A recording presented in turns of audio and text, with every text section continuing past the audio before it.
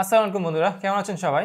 গত বছরের মার্কেট কাঁপানো গেমিং ফোন আইকু নিউ 9 এর পর চলে এলো আইকু নিউ 10। আর এই মুহূর্তে এই ফোনটির প্রাইস হচ্ছে 46 থেকে 48 হাজার টাকার মধ্যে। সো এই প্রাইসের মধ্যে এটা আসলে কতটুকু ভ্যালু ফর মানি এবং কি কি স্পেসিফিকেশন দিচ্ছে সেটা নিয়ে আজকে আপনাদের সাথে আমি কথা বলবো। আমি আছি আপনাদের সাথে পুরো ভিডিও জুড়ে জুবায়ের। সো আসছি ইন্ট্রোর পর।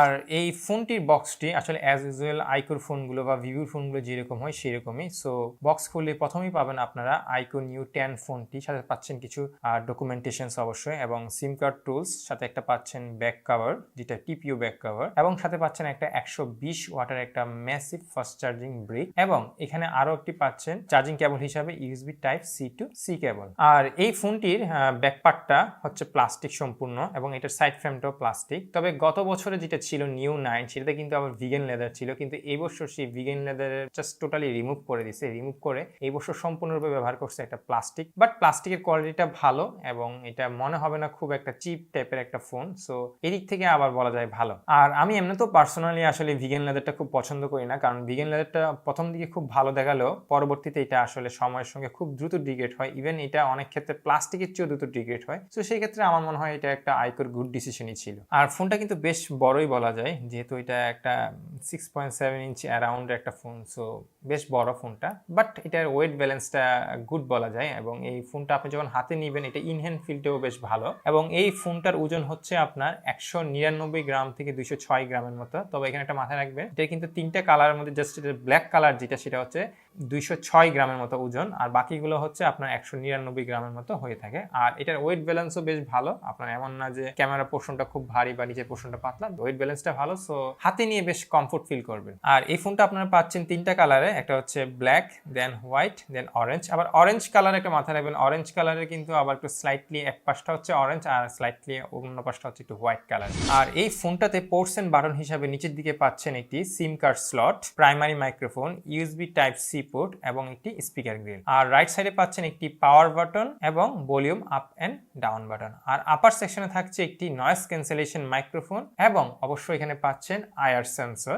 আর লেফট পাশে কিছু পাচ্ছেন না। আর এখানে কিন্তু স্পিকারটা হচ্ছে ডুয়েল স্টেরিও স্পিকার, সো আপনারা কন্টেন্ট ওয়াচিং এর ক্ষেত্রে একটা ভালো এক্সপিরিয়েন্স পাবেন। আর যেহেতু আসলে মিড রেঞ্জ বা ফ্ল্যাগশিপ ফোনের ফ্ল্যাগশিপ ফিচার হচ্ছে দেয়ার আর নো 3.5 মিলিমিটার জ্যাক, সো এখানেও আপনারা পাচ্ছেন না কোনো 3.5 জ্যাক। আর এখানে যে সিম কার্ড স্লটটি সেটা হচ্ছে ডুয়েল ন্যানো সিম, সো আপনারা দুইটা সিম ইউজ করতে পারবেন। আর এখানে পাচ্ছেন না কোনো ধরনের মেমোরি কার্ড স্লট। আইকো এবং ভিভোর ফোনগুলো বরাবরের মতো ডিসপ্লেগুলো খুবই জোস হয় সবসময়, কারণ ওদের ফোনগুলোর কিন্তু সাইড ভেসেলটা খুবই মিনিমাম থাকে এবং ওদের ফোনগুলোতে যে সাইড প্যানেলটা মানে সাইডের যে ভেসেলটা থাকে এটা সিমেট্রিক্যাল থাকে। তো সো এখানে আইকোর এই ফোনটাতে আপনারা পাচ্ছেন 6.69 ইঞ্চির একটি এলটিপিও অ্যামোলেড প্যানেল, যেটা হচ্ছে 1 বিলিয়ন কালার সাপোর্ট, এবং অবশ্যই এটা হচ্ছে 144 হার্টজ রিফ্রেশ রেট সাপোর্টেড। এবং এটা অবশ্যই মনে রাখতে হবে এটা হচ্ছে 1.5K রেজলিউশনের একটি ডিসপ্লে। আর এখানে পাচ্ছেন আপনারা HDR10 প্লাস সাপোর্ট, এবং এটার ম্যাক্সিমাম ব্রাইটনেস হচ্ছে 4500 নিটস, যেটা আপনারা আউটডোরে অটো মোডে ইউজ করতে পারবেন। আর রেগুলার মোডটা হচ্ছে HBM মোড যেটাকে বলে, সেটা হচ্ছে 1800 নিটস। পিক্সেল ডেনসিটি হচ্ছে 453। আর এই ফোনটার স্ক্রিন টু বডি রেশিও হচ্ছে 90.4%। যেহেতু এটা অ্যারাউন্ড 91% বলা যায় মানে screen to body ratio, so এটা ইয়াটা খুবই পাতলা, মানে ভেজেলটা খুবই পাতলা সাইড ভেজেলটা। এবং ভিভো এবং আইকো ফোন যেটা বললাম খুব পাতলা হয় এবং এটা খুব সিমেট্রিক্যাল হয়। সো এটা যখন আপনি কন্টেন্ট ওয়াচ করবেন তখন আপনার এটা খুব ভালো একটা ইমার্সিভ একটা এক্সপিরিয়েন্স দেয়, যেহেতু ডিসপ্লে প্যানেলটাও কিন্তু বেশ ভালো, 1 বিলিয়ন কালার সাপোর্ট করে। আচ্ছা, এই ফোনটিতে আপনার প্রসেসর হিসেবে পাচ্ছেন লাস্ট ইয়ারের স্ন্যাপড্রাগন 8 Gen 3 প্রসেসরটি। সো এটা নিয়ে খুব বেশি কিছু ডিটেলস আমি বলতেছি না, কারণ এটা অলরেডি আপনারা সবাই জানেন এই প্রসেসরটা কি ধরনের। এটা ছিল গত বছরের একটা ফ্ল্যাগশিপ প্রসেসর, সো এখান থেকে আপনারা ম্যাক্সিমাম আউটপুট পাবেন। এটা একটা অক্টাকোর প্রসেসর অবশ্যই, এবং এটা একটা 4nm বেসড প্রসেসর, এবং যেখানে আপনারা পাচ্ছেন Adreno 750 জিপিইউ হিসাবে, এবং এখানে LPDDR5 হিসাবে আপনি পাচ্ছেন র্যামটা। আচ্ছা, এখানে একটা টুইক আছে, সেটা হচ্ছে UFS 4.1 স্টোরেজটা। যদিও বা এটা এখানে ওরা মেনশন করে রাখছে UFS 4.0, কিন্তু ওরা এটা বিভিন্ন জায়গায় দেখলাম অফিসিয়ালি ডিক্লেয়ার করে রাখছে এটা ওরা নেক্সট আপডেটের মাধ্যমে আসলে 4.1 করবে। বাট এটা যদি হার্ডওয়্যার বিষয় হয়ে থাকে, how is it possible actually আমি সে জানি না, বাট এটা ওরা মেনশন করা আছে। আর এই ফোনটা আপনারা পাচ্ছেন 5টা ভেরিয়েন্টে, 256 12GB RAM, 256 16GB RAM, 512 12GB RAM, 512 16 GB RAM এবং specially 1 TB with 16 GB RAM. আর এই ফোনটার প্রসেসর নিয়ে আসলে খুব কিছু বলার নাই। এই প্রসেসরটা সম্বন্ধে আমাদের আরো কিছু প্রিভিয়াস ভিডিও দেখছে না। এটার আন্তর্জাতিক স্কোরের রেটটা মানে এটা আন্তর্জাতিক স্কোর অলমোস্ট 20 লাখসের মতো যায়। আর এটা গিগবেঞ্চ স্কোর হচ্ছে সিঙ্গেল কোরের ক্ষেত্রে 2193 আর মাল্টি কোরের ক্ষেত্রে হচ্ছে 7304, যেটা আপনারা অলরেডি সবাই জানেন। আর গেমিং এর ক্ষেত্রে অবজারভেশন আসলে অ্যাকচুয়ালি আমি এটা খুব বেশি ডিটেল বলবো না, কারণ আমাদের একটা লাস্ট প্রিভিয়াস একটা ভিডিও ছিল, এটা সেম প্রসেসর মানে K80 এর কথা বলতেছি। তো এখানেও সেম, এটা যেহেতু ফ্ল্যাগশিপ ফোন, সো এখানে আপনারা যা ইচ্ছা তাই খেলতে পারবেন হাই সেটিং দিয়ে। আচ্ছা, এখানে আরেকটা জিনিস মেনশন করতে চাই, সেটা হলো আইকোর গেমিং চিপ নিয়ে, যেটাকে বলা হয় Q2 গেমিং চিপ।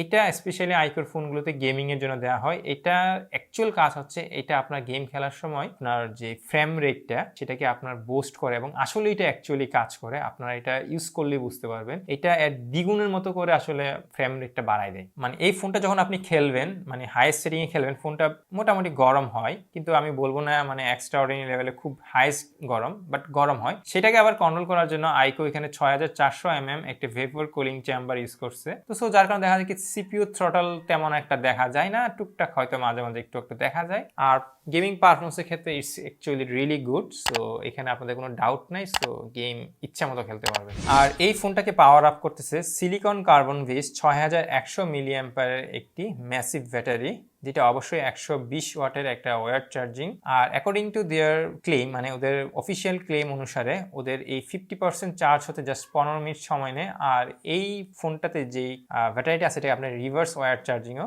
করতে পারবেন। আর এই ফোনটাতে আপনারা পাচ্ছেন সফটওয়্যার সেকশনে অরিজিন OS 5, যেটা হচ্ছে অ্যান্ড্রয়েড 15 বেস। যেহেতু এটা আসলে চায়না রিলিজ হয়েছে, চায়না রিলিজ হওয়া আইকো বা ভিভোর ফোনগুলো আসলে অরিজিন OS এ আসে, বাট যখন এটা ইন্টারন্যাশনালি আসবে তখন এটা আপনার ভিভোর যে ফানটাচ OS সেটাতে পাবেন, অর্থাৎ ফানটাচ 15 দিয়ে পাবেন। আর যেহেতু এটা চাইনিজ রম, সো এখানে আপনার চাইনিজ প্রচুর ব্লুটুথের পাবেন, সেগুলো আপনাদেরকে টেকনিক্যালি আনইনস্টল করে নিতে হবে। আর নেটওয়ার্ক সেকশনে পাচ্ছেন আপনারা 10টি 5G ব্যান্ড, এবং এখানে ডুয়েল 4G ভোল্টি সাপোর্ট তো অবশ্যই আছে, এবং ওয়াইফাই 7। আর ব্লুটুথ হিসেবে পাচ্ছেন 5.4 NFC, এবং সাথে পাচ্ছেন আপনারা ইনফ্রারেড সেন্সর অলসো। আর সেন্সর হিসাবে আপনারা প্রয়োজনীয় সকল সেন্সর পাচ্ছেন এখানে, ফেস আনলক থেকে শুরু করে জাইরোস সেন্সর থেকে শুরু করে সবই পাচ্ছেন। তবে এখানে একটা স্পেসিফিক একটা মেনশন করতে চাই, এখানে কিন্তু প্রিভিয়াস জেনারেশনে অর্থাৎ আইকো নিউ 9-এ ওরা ইউজ করছিল যেটা রেগুলার ফিঙ্গারপ্রিন্ট, যেটা তো এখানে ওরা ইউজ করতেছে আল্ট্রাসনিক, যেটা সো আল্ট্রাসনিক হওয়ার ফলে এটা টু মাচ মানে ব্লেজিং ফাস্ট বলা যায়। সো আপনারা এই জায়গায় একটা ভালো একটা মানে আপগ্রেডেশন পাচ্ছেন। আচ্ছা, এই ফোনটিতে আপনারা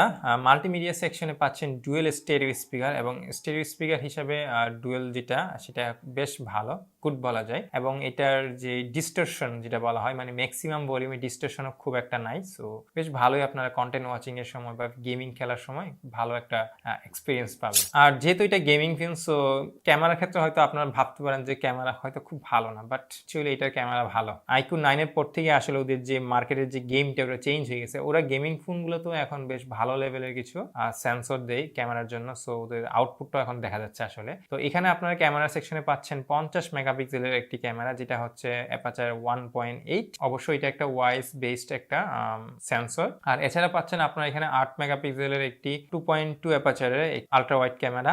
আর এই ক্যামেরা দিয়ে আপনারা রেকর্ড করতে পারবেন 8K 4K এবং ফুল এইচডি, এবং রেকর্ডিং এর সময় আপনারা এখানে অবশ্যই সাপোর্ট পাবেন জাইরো EIS এ। আর সেলফি হিসাবে পাচ্ছেন আপনারা এখানে একটি 16 মেগাপিক্সেলের ক্যামেরা, যার অ্যাপাচার হচ্ছে 2.5, এবং এখানে আপনারা একটা কসকাট পাবেন, অর্থাৎ এখানে আপনারা 16 মেগাপিক্সেলের ক্যামেরা দিয়ে অনলি 180p তে 30 ফ্রেমে রেকর্ড করতে পারবেন। আর যেহেতু এই সেন্সরটা আসলে বেশ ভালো, মানে এই যে এখানে যে সেন্সরটা ইউজ করেছে, সো এখানে ইমেজ ডিটেল ভালো, এবং এটা অবশ্যই সনির সেন্সর যেটা অ্যাকচুয়ালি, তো ইমেজ ডিটেলিংটাও খুব ভালো।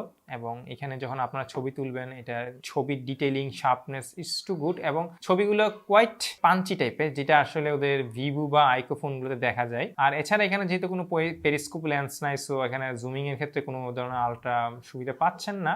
আর আলট্রা ওয়াইডটা আসলে অ্যাকচুয়ালি 8 মেগাপিক্সেলের, যেটা আমি আসলে পছন্দ করি না, কারণ 8 মেগাপিক্সেলের এগুলো আসলে খেলনা টাইপের কিছু আসলে সেন্সর, এগুলো দিয়ে খুব একটা ভালো ছবি তোলাও যায় না। বাট যেহেতু গেমিং ফোন, সো এটাকে কনসিডারেবল আর কি। আর আপনারা তো এখানে আসলে মেইন ক্যামেরাতে 8K পর্যন্ত রেকর্ড করতে পারবেন, বাট এটা ম্যাক্সিমাম ভালো আউটপুটটা পাওয়া যায় আসলে 4K তে। 4K তে EIS এর যে স্টেবিলাইজেশন সেটা আসলে গুড লেভেলে ওয়ার্ক করে 4K এবং ফুল এইচডি তে, অর্থাৎ 180p তে। সো এই হলো আইকো নিউ 10। বাই দ্য ওয়ে এই ফোনটার কিন্তু একটা প্রো ভার্সন আছে যেখানে সম্ভবত ডিমেনসিটির একটা প্রসেসর ব্যবহার করা হয়েছে, বাট আমরা আজকে কথা বলছি এটা 10 যেটা রেগুলার ভার্সনটা। তো এই ফোনটা অ্যাকচুয়ালি গেমারদের জন্য, সো ফোনটা ওভারঅল আসলে গুড, আমার কাছে ভালো লাগছে পার্সোনালি। আচ্ছা, প্রথমে আমরা এটার ভালো দিকগুলো বলি। এখানে ডিসপ্লেটা বেশ ভালো এবং চিন ভেজেল খুবই ভালো, মানে খুবই মিনিমাম, সো আপনারা এক্সপিরিয়েন্সটা খুব ভালো পাবেন। প্রসেসর বিশেষ করে এই প্রাইস রেঞ্জে ইটস রিয়েলি গুড, যদিও বা এটা কিছুদিন পরে দাম কমে গেলে সেটা আসলে এই প্রাইস রেঞ্জের একটা মানে বেস্ট একটা ফোন হবে। এবং থাকছে এখানে স্টেরিও স্পিকার, ক্যামেরা কোয়ালিটিও ইজ অ্যাকচুয়ালি ওকে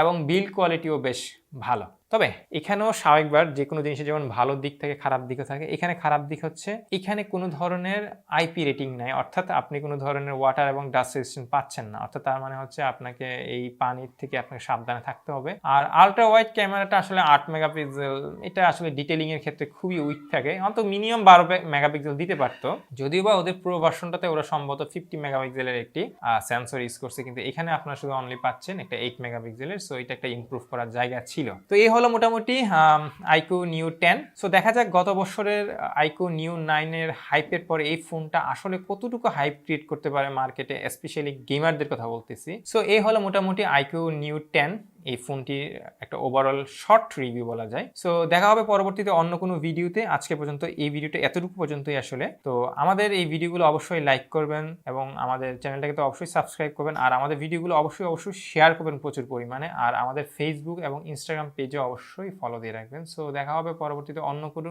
ভিডিওতে। সেই পর্যন্ত সবাই ভালো থাকবেন। বাই বাই, টাটা, আল্লাহ হাফেজ।